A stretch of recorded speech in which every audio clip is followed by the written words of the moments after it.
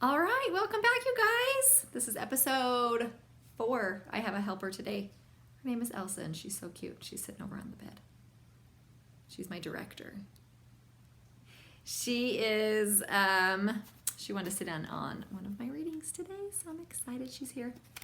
Today we're gonna do things a little bit differently, or at least this episode. This one can be for anybody, for little kids. My little kids like it too. But there's a little bit less pictures. It's a chapter book. So we're going to do just partial. So I'll upload the other episodes once I get them read through. So then it gives your older kids something to look forward to. Like, we want to finish or listen to the other 3 chapters or other 4 chapters. And then we'll keep going. So I decided to do a series that my kids adore and they love them so much. They're called the A to Z Mysteries. And I know these are also probably things that you guys have already read as well. But we love them. And so why not read about them? We're just going to start at the A. We loved The Absent Author. It was one of our favorites. Elsa, what was one of your other favorites of the A to Z Mysteries? Which one was one of your favorites? Did you like the Zombie Zone, the very last one? No? She's being a little bit shy, doesn't want to answer, but that's okay. All right, so this one is The Absent Author by Ron Roy.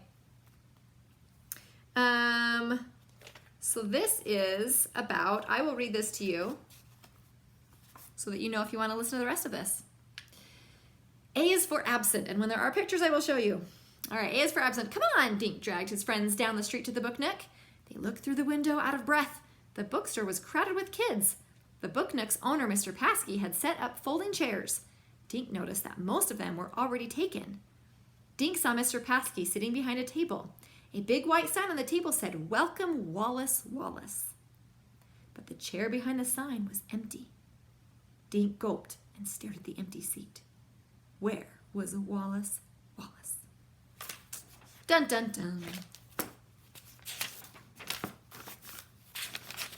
All right, here we go, chapter 1. This one has a picture, so I'll read it like this. Please, Josh, Dink said, if you come with me today, I'll owe you one. Just name it, anything. Dink's full name was David Donald Duncan, but no one in Greenlawn ever called him that, except for his mother, when she meant business. Josh Pinto grinned at his best friend. Anything? He raised his mischievous green eyes toward the ceiling of Dink's bedroom. Let's see, what do you have that I want? He scratched his head. I know, I'll take Loretta. Dink tossed a pillow at Josh. When I said anything, I meant anything but my guinea pig. Are you coming with me or not? I have to be at the book nook in 15 minutes. Dink rushed into the bathroom, tucking his shirt into his jeans at the same time. Josh followed him. Standing in front of the mirror, Dink yanked a brush through his thick blonde hair. Well, he asked, are you coming with me? What's so important about this writer guy? Josh asked, sitting on the edge of the bathtub. Dink turned around and pointed his hairbrush. Wallace Wallace isn't just some writer guy, Josh. He's the most famous mystery writer in the world. All the kids read his books, except for you. If he's so famous, why is he coming to dinky little Greenlawn? Dink charged back into his bedroom. I told you he's coming because I invited him. I'm scared to death to meet someone so famous, I don't even know what you're supposed to say to an author. Dink dived under his bed and backed out again with his sneakers. Please come with me. Josh leaned into the bedroom doorway. Sure, I'll come with you, you dope. I'm just trying to make you sweat. Usually you're so calm. Dink stared at his friend. You will? Oh, thanks. I can't believe Wallace Wallace is really coming. When I wrote and asked if he would come, I never thought he'd say yes. Dink yanked his backpack out of the closet. Pack my books, okay? I'm getting Wallace Wallace to sign all of them. Josh began pulling Wallace Wallace books off of Dink's bookshelf. Geez, how many of these do you have? Every one he's ever written. Dink sat on the floor to tie his sneakers. 23 so far. You should read some of them, Josh. Josh picked out The Poison Pond and read the back cover. Hey, cool, it says here that Wallace Wallace lives in a castle in Maine. Wouldn't that be neat? Dink grinned. When I'm a famous writer, you can live in my castle, Josh. No way! When I'm a famous artist, you can live in my castle, down in the basement. Josh picked up The Riddle on the River. What's this guy look like? He asked. And how come this picture isn't on any of these books? I wondered about that too, Dink said. I sent him one of my school pictures and asked for one of him. But when I got his letter, there was no picture. He finished tying his laces. Maybe Wallace Wallace just doesn't like having his picture taken. Josh squeezed all 23 books into Dink's pack. He grinned at Dink, or maybe he's too ugly. Dink laughed. Gee, Josh, you're ugly and you love having your picture taken. Ha ha. Josh picked up his drawing pad. But just because you're my best friend, I'll draw his picture at the bookstore. Dink looked at his watch. Yikes, he said, we have to pick up Ruth Rose. In 1 minute. He tore into the bathroom and started brushing his teeth. How'd you get her to come? Josh called. Dink rushed back into his room, wiping toothpaste from his mouth. You kidding? Ruth Rose loves Wallace Wallace books. Dink slung his backpack over his shoulder. He and Josh hurried next door to 24 Woody Street. Tiger, Ruth Rose's orange cat, was sitting in the sun on the steps. Dink pressed the doorbell. Ruth Rose showed up at the door. As usual, she was dressed all in one color. Today it was purple. She wore purple coveralls over a purple shirt and had on purple running shoes. A purple baseball cap kept her black curls out of her face. Hey, she said. Then I forgot to show you the picture. My 3-year-old would be so mad.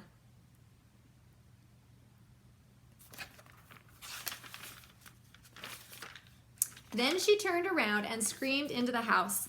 The guys are here, Mom, I'm leaving. Dink and Josh covered their ears. Geez, Ruth Rose, Josh said. I don't know what's louder, your outfit or your voice. Ruth Rose smiled sweetly at Josh. I can't wait until Wallace Wallace signs my book, she said. She held up a copy of The Phantom in the Pharmacy. I wonder if Wallace Wallace will read from the new book he's working on, Dink said. What's the title? Ruth Rose asked. They headed toward the book nook.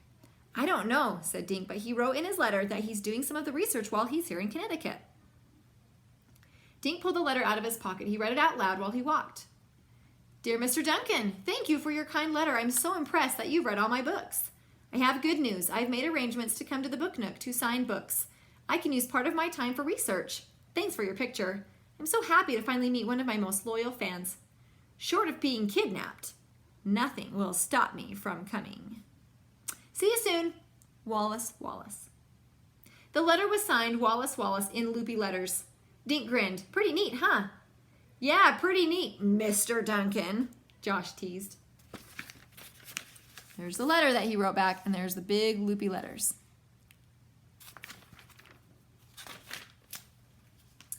You should have that letter framed, Ruth Rose said. Great idea, Dink said. Hey, they passed Howard's barbershop. Howard waved through his window as they hurried by. Come on, Dink urged as he dragged his friends down the street to the book nook. They looked through the window. Out of breath, the bookstore was crowded with kids. The book nook's owner, Mr. Paskey, had set up folding chairs. Dink noticed that most of them were taken already. Dink saw Mr. Paskey sitting behind a table. A big white sign on the table said, Welcome Wallace Wallace. But the chair behind the sign was empty. Dink gulped and stared at the empty seat. Where was Wallace Wallace? Chapter 2. Dink raced into the book nook. Josh and Ruth Rose were right behind him. They found 3 seats behind Tommy Tomko and Eddie Carini. Dink plopped his pack on the floor. The clock over the cash register said 3 minutes after 11. Where is he? Dink whispered to Tommy Tomko. Tommy turned around. Beats me. He's not here yet. Mr. Paskey looks worried. What's going on? Ruth Rose asked. Dink told her and Josh what Tommy had said. Paskey does look pretty nervous, Josh whispered. Mr. Paskey always looks nervous, Dink whispered back, looking around the room. He saw about 30 kids he knew. Mrs. Davis, Dink's neighbor, was looking at gardening books. Dink checked out the other grown-ups in the store. None of them looked like famous mystery writers. Mr. Paskey stood up. Boys and girls, welcome to the book nook. Wallace Wallace should be here any second. How many of you have books to be autographed? Everyone waved a book in the air. Wonderful. I'm sure Wallace Wallace will be happy to know that Green Lawn is a reading town. The kids clapped and cheered. Yay. Dink glanced at the clock. 11:05. He swallowed, trying to stay calm. Wallace was late, but it was only by 5 minutes. Slowly, 5 more minutes passed. Dink felt his palms getting damp. Where was Wallace? He wondered. Some of the kids started getting restless. Dink heard one of the kids say, "Whenever I'm late, I get grounded." "So where is he?" Josh asked. Ruth Rose looked at her watch.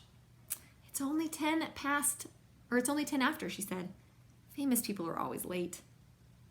Now Dink stared at the clock. The big hand jerked forward, paused, then wobbled forward again.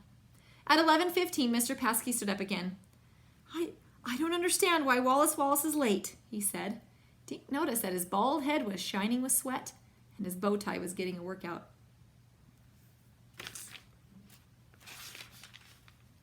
Mr. Paskey smiled bravely, but his eyes were blinking like crazy through his thick glasses. "Shall we give him a few more minutes?" The crowd grumbled, but nobody wanted to go anywhere. Ruth Rose started to read her book. Josh opened his sketch pad and began drawing Mr. Paskey. Dink turned and stared at the door. He mentally ordered Wallace to walk through that door. "You have to come," thought Dink. See Mr. Paskey, there's his bow tie, getting a workout.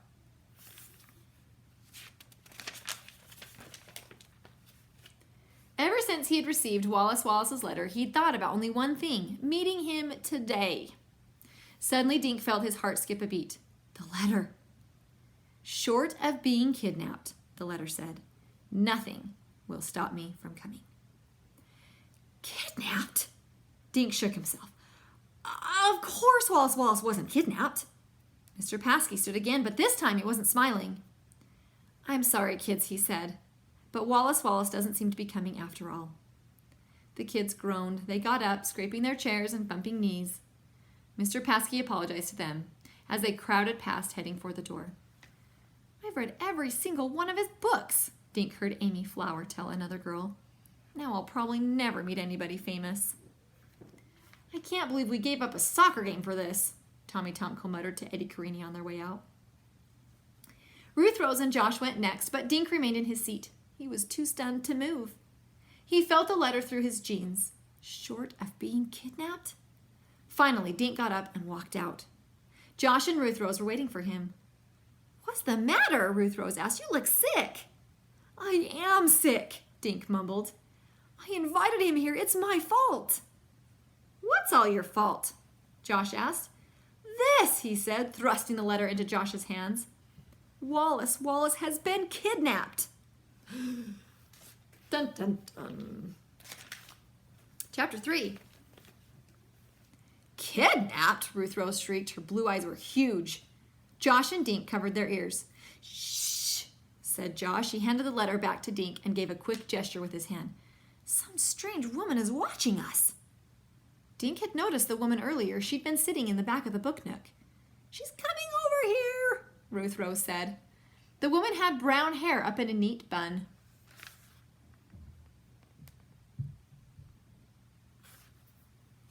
Half glasses perched on her nose.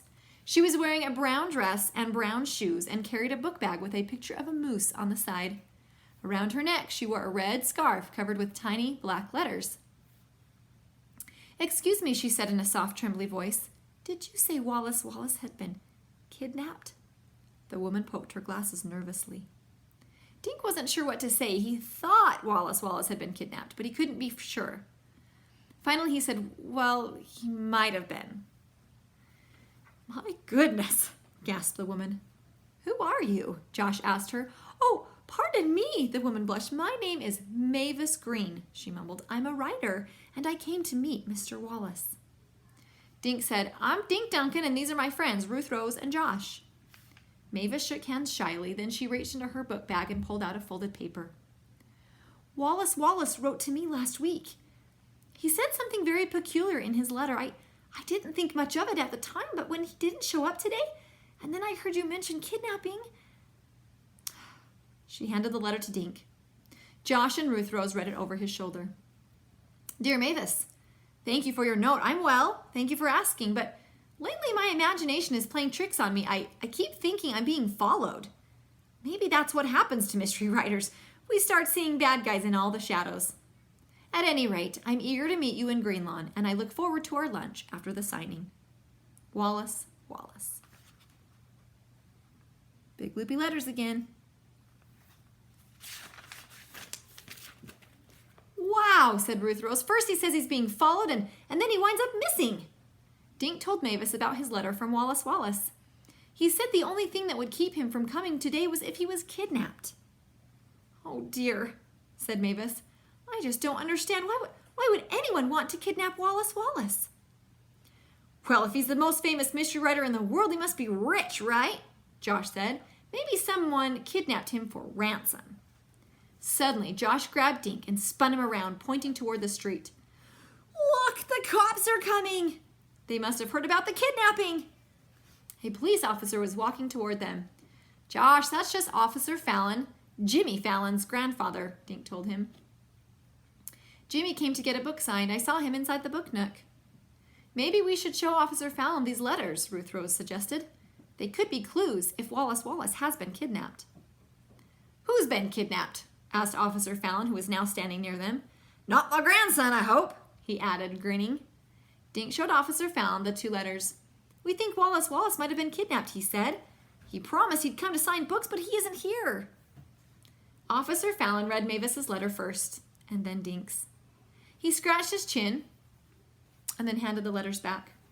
The letters do sound a bit suspicious, he said, but it's more likely that Mr. Wallace just missed his flight. Jimmy Fallon ran out of the book nook, waving a book at his grandfather. Grandpa, he never came. Can we go for ice cream anyway? Officer Fallon put a big hand on Jimmy's head. In a minute, son. To Dink, he said, I wouldn't worry. Mr. Wallace will turn up. Call me tomorrow if there's no news, okay? They watched Jimmy and his grandfather walk away. Dink handed Mavis's letter back to her. He folded his and slid it into his pocket. Crazy thoughts were bouncing around in his head. What if Wallace Wallace really had been kidnapped? It happened because I invited him to Greenlawn. I'm practically an accomplice. I don't want to wait till tomorrow, he said finally. I say we start looking for Wallace now. Well, where do we start? Ruth Rose asked. Dink jerked his thumb over his shoulder. Right here at the book nook. Excuse me, Mavis Green said shyly. May I come along too? Sure, Dink said. He marched back inside the book nook with the others following. Mr. Paskey was putting the Wallace Wallace books back on the shelf. He looked even more nervous than before. Excuse me, Mr. Paskey, Dink said. Have you heard from Wallace Wallace? Mr. Paskey's hand shot to his bow tie. No, Dink, not a word. We think he was kidnapped, Josh said.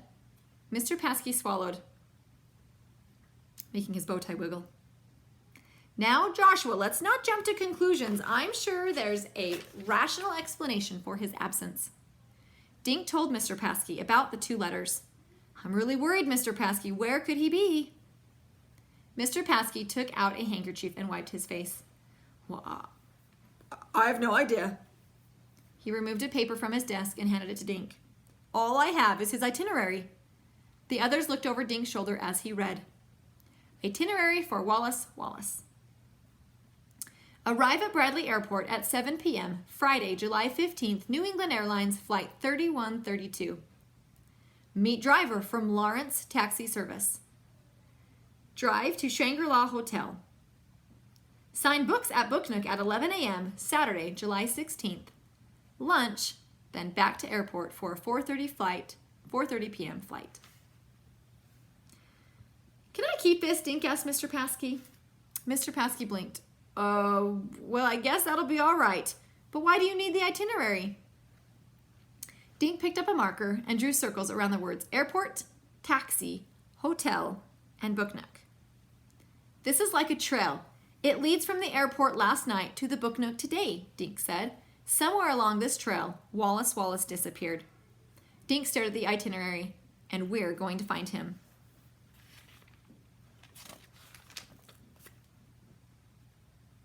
All right, we're going to stop there. That is 3 chapters of A to Z Mysteries, The Absent Author by Ron Roy. I will keep reading this, so watch for updates. I will put in the title, The Absent Author, so you guys can follow along.